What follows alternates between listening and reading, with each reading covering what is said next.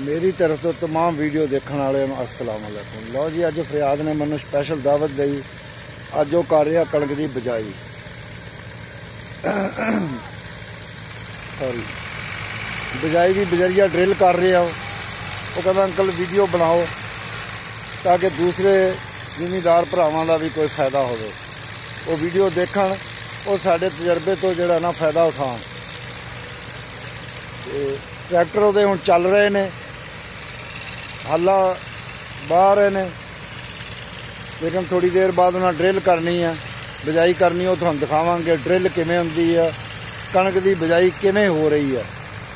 लो पहले तुसीं हुण साडी वीडियो देखो। पहले हुण तुहानूं दिखाने असीं हल्ला बांधे ट्रैक्टर काम करते, बाद च फिर ड्रिल दिखावांगे। हल्ला बाह रहे हैं ट्रैक्टर, एक स्टार्ट करके खिला रहा है, एक वो चल रहा पर वो जड़ा वो हल्ला बाह रहा, जमीन नूं तैयार कर रहे हैं। एक इधर चल रहा है जी राणा आबद, जिन्हां दी जमीन है, वो जमीन कणक भिजवा रहा है। इधर बूटा दे बाबर जिहड़ा जी बिस्कुट चाह का नाश्ता कर रहे हैं।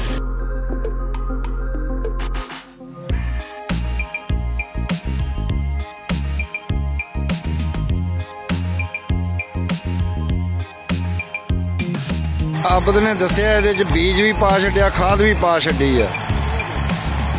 ते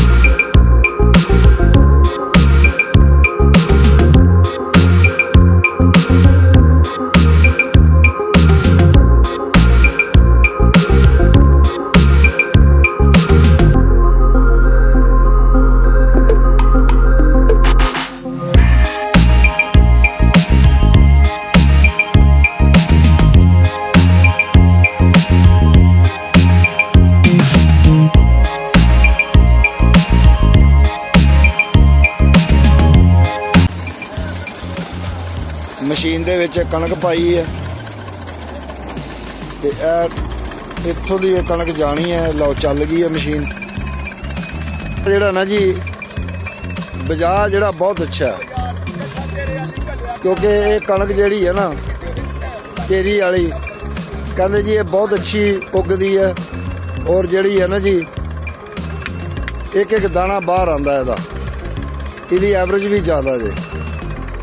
बाकी तुहानूं दिखाने हुण एक कई तरीक़िਆਂ नाल कणक बीजी जाती है। कणक की बिजाई अजकल जिहड़ी है ना जी जोरां ते है। देखो इहदे नाल बिजाई भी अच्छी हुंदी है केरी नाल। ये तुसी किते अंदाज़ा करके देखियो, केरी करके देखियो और छट्टा मार के देखियो, तुहानू ਗੱਲਾਂ ਜਿਹੜੀਆਂ ਫਰਿਆਦ ਤੋਂ ਸੁਣਾਉਂਦੇ ਆ। ਪੈਦਾਵਾਰ ਦੇ ਮੁਤਲਕ ਵੀ ਉਹੀ ਦੱਸੇਗਾ, ਬੀਜ ਦਾ ਵੀ ਉਹੀ ਦੱਸੇਗਾ, ਪੈਲੀ ਬਣਾਉਣ ਦਾ ਵੀ ਉਹੀ ਦੱਸੇਗਾ। ਲਓ ਜੀ ਇੱਧਰ ਫਰਿਆਦ ਆ ਰਿਹਾ, ਇਹ ਦੇਖੋ ਫਰਿਆਦ ਵੀ ਆ ਗਿਆ। ਇਹਦਾ ਹੁਣ ਤੁਹਾਨੂੰ ਇਹਦੇ ਕੋਲੋਂ ਸਾਰੀ ਮਾਲੂਮਾਤ ਲੈ ਕੇ ਦਿੰਦੇ ਆ।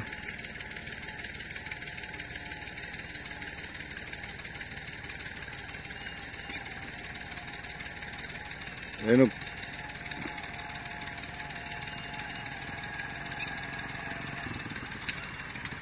ਲਓ ਜੀ ਆ ਫਰਿਆਦ ਵੀ ਆ ਗਿਆ ਜੀ। अस्सलामु अलैकुम वरहमतुल्लाहि। वालेकुम अस्सलाम वरहमतुल्लाहि वबरकातुहू। अच्छा ठीक ठाक हो जी? हाँ जी ठीक ठाक। अच्छा सानू ये दसो भी ये जिहड़ी केरी करदे आ ਇਹਦੇ ਕੀ फायदे ने और जिहड़ा छट्टा दिंदे ने हत्थ नाल ओहदा की नुकसान है, पहले तो ये दसो। बिस्मिल्लाहिर्रहमानिर्रहीम। अस्सलामु अलैकुम वरहमतुल्लाहि वबरकातुहू। देखो जी जेड़ा केरा है ना जी, केरा एक तो पहली गल है केरे का फायदा ज्यादा है क्योंकि केरे वाली जी कणक है गंदम जी है कदे भी डिगदी नहीं है। अच्छा ते वैसे भी एवरेज दे विच जेड़ी है ना जी ਇਹਦੀ ਜਿਹੜੀ ਐਵਰੇਜ ਹੈ ਦੂਸਰੀ ਗੰਦਮ ਨਾਲੋਂ 5 ਮਣ ਜ਼ਿਆਦਾ ਆ ਜਾਂਦੀ ਕਿੱਲੇ ਦੀ ਏਕੜ ਦੇ ਨਾਲ ਨਾ ਜੀ। ਉਹਦੇ ਵਜ੍ਹਾ ਇਹੀ ਹੁੰਦੀ ਹੈ ਵੀ ਹਮੇਸ਼ਾ ਜਿਹੜਾ ਬੰਦਾ ਸਟੈਂਡ ਹੈ ਨਾ, ਸਟੈਂਡ ਬੰਦੇ ਦੀ ਉਹ ਕਦਰ ਹੁੰਦੀ ਹੈ। ਜਿਹੜਾ ਬੰਦਾ ਗਿਰ ਗਿਆ ਉਹ ਤਾਂ ਚਾਹੇ ਬੰਦਾ ਹੈ ਚਾਹੇ ਫਸਲ ਹੈ ਉਹ ਤੇ ਬਿਲਕੁਲ ਖਤਮ ਹੋ ਗਿਆ। ਹਾਂ ਬਿਲਕੁਲ ਸਹੀ। ਤੇ ਇਹਦਾ ਕਿਉਂਕਿ ਬੀਜ ਜਿਹੜਾ ਥੱਲੇ ਚੱਲ ਜਾਂਦਾ ਹੈ, ਜੜਾਂ ਮਜ਼ਬੂਤ ਹੋ ਜਾਂਦੀਆਂ। ਜਿਸ ਬੰਦੇ ਦੀ ਬੁਨਿਆਦ ਅੱਛੀ ਹੈ ਉਹ ਆਟੋਮੈਟਿਕ ਹੀ ਅੱਛਾ ਹੈ ਜੀ। फसल की भी अगर बुनियाद अच्छी है तो फसल जी अच्छी है। तो बाकी जी छट्टे वाली कणक होंगी है वो भी बेहतरीन है, लेकिन मैं कहना सब तो बेहतरीन चीज आ केरा करना। जाया नहीं जाता, बीज बिल्कुल जाया नहीं जाता, सारा जमीन दे मिट्टी दे थल्ले आ जाता है। मिट्टी दे थल्ले फिर ਇਹਦੇ एवरेज ज्यादा, ਇਹਦੇ ਵਿੱਚ जर्मीनेशन ज्यादा और ਇਹਨੂੰ ਤੁਸੀਂ इंशाल्लाह करके 50 मण की एवरेज एक आसानी नाल ਤੁਸੀਂ ਲੈ ਸਕਦੇ हो। माशाअल्लाह। हाँ जी। ਤੇ ਦੇਖੋ ਅੱਜ ਕੱਲ ਗੰਦਮ ਦਾ ਰੇਟ 2000 ਹੈ। ਅਗਰ ਮੇਰਾ ਮਤਲਬ ਇਹ 50 ਮਣ ਦੀ ਏਕੜ ਆਵੇ ਤੇ 1 ਕਿੱਲਾ ਲੱਖ ਰੁਪਏ ਦੀ ਇਨਕਮ ਦੇਵੇ ਤੇ ਮਾਸ਼ਾਅੱਲਾ ਜ਼ਿਮੀਦਾਰ ਜਿਹੜਾ ਹੈ ਨਾ ਉਹਨੂੰ ਘਾਟਾ ਕੋਈ ਨਹੀਂ, ਬੜੇ ਇਨਕਮ। ਤੇ ਬਾਕੀ ਇਹ ਚੀਜ਼ਾਂ ਨੇ ਜੀ ਇਹ ਮਿਹਨਤ ਨਾਲ ਹੁੰਦੀਆਂ ਨੇ। ਇਹਨੂੰ ਜ਼ਮੀਨ ਨੂੰ ਅੱਛੇ ਤਰੀਕੇ ਨਾਲ ਤਿਆਰ ਕਰੋ ਖਾਦਾਂ ਪਾ ਕੇ। ਜਦੋਂ ਤੁਸੀਂ ਦੇਖੋ ਵੀ ਜ਼ਮੀਨ ਬਿਲਕੁਲ ਬੁਰਬਰੀ ਤੇ ਫਲੈਟ ਹੋ ਗਈ ਹੈ ਉਸ ਟਾਈਮ ਇਹਦੇ ਵਿੱਚ ਫਿਰ ਤੁਸੀਂ ਕੀਰਾ ਕਰ ਦਿਓ। ਤੇ ਕੇਰੇ ਵਾਲੇ ਬੰਦੇ ਨੂੰ ਕਹੋ ਵੀ ਕੀਰਾ ਜ਼ਿਆਦਾ ਡੂੰਘਾ ਨਾ ਕਰੇ क्योंकि ज्यादा डूंगा बीज फिर बाहर नहीं निकलता, ਉਹਦੇ नुकसान हो जाता है। अच्छा हाँ जी। केरा ਜਿਹੜਾ ਹੈ ਉਹ ਇੰਜ ਹੀ ਸਮਝ ਲਓ ਵੀ ਬੀਜ ਤੁਹਾਡਾ ਜਿਹੜਾ ਨਾ 2 ਇੰਚੀਆਂ ਥੱਲੇ ਚੱਲ ਜਾਵੇ। ਉਹਦੇ ਨਾਲ ਇਹ ਹੈ ਵੀ ਬੀਜ ਜਿਹੜਾ ਬਹੁਤ ਅੱਛਾ ਹੋ ਕੇ ਨਿਕਲਦਾ ਹੈ। ਇਹ ਵੇਖੋ ਨਾ ਕੇਰਾ ਹੋ ਰਿਹਾ ਹੈ ਜੀ। ਤੇ ਕੋਸ਼ਿਸ਼ ਇਹ ਕਰੋ ਵੀ ਕੇਰਾ ਜਿਹੜਾ ਹੈ ਉਹ ਬੰਦੇ ਨੂੰ ਕੋਈ ਵੀ ਬਹੁਤ ਸਬਰੋ ਤਹੱਮਲ ਨਾਲ ਕਰੇ ਜੀ, ਕਿਉਂਕਿ ਸਬਰ ਜਿਹੜਾ ਹੈ ਨਾ ਸਭ ਤੋਂ ਅੱਛੀ ਚੀਜ਼ ਹੈ। ਜਿਹੜਾ ਬੰਦਾ ਸਬਰ ਨਹੀਂ ਕਰਦਾ ਉਹ ਕੁਛ ਦੁਨੀਆ 'ਚ ਹਾਸਲ ਨਹੀਂ ਕਰ ਸਕਦਾ। सही गल है। बाकी ये है जी नमाज तो बाद सबर, 2 ही चीज़ां अल्लाह ताला फरमांदा है। नमाज तो ते सबर तो मदद हासिल करो। देखो नमाज सुबह सुबह उठो, सारियां पढ़ो, उस तो बाद अपने खेतों च निकलो, अपनी फसल नूं देखो, सबर नाल सारे काम करो। काली वाला कोई काम नहीं होंदा दुनिया दे विच। सही गल है।